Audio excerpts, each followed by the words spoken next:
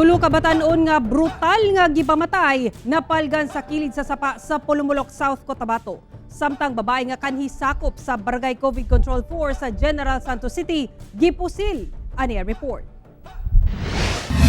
Napalgan na lang sa kilid sa sapa sa Barangay Sulit, Polomolok, South Cotabato, kiring tulo ka batan-on nga gipamatay sa brutal nga pamaagi Lunes sa buntag.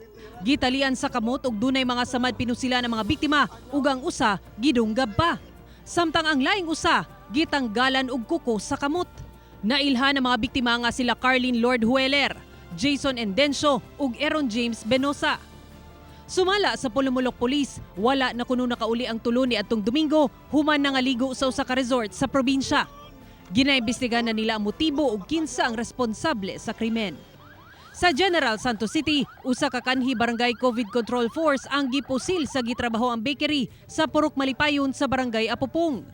Nailhan na biktima nga si Jomel Dumanhog, 42 anyos, residente sa lugar ug tindera sa mong bakery kinsa daling gidala sa ospital. Matud pa, gipusil sab niadtong milabay bulan ang kaipon sa biktima. Gingong rido ang hinungdan sa pagpamusil. Ginasubay pa sa kapulisan na makakuha sa CCTV sa lugar aron matumbok ang sospek sa krimen. Ako si Sarahhilomen-Velasco para sa One Mindanao.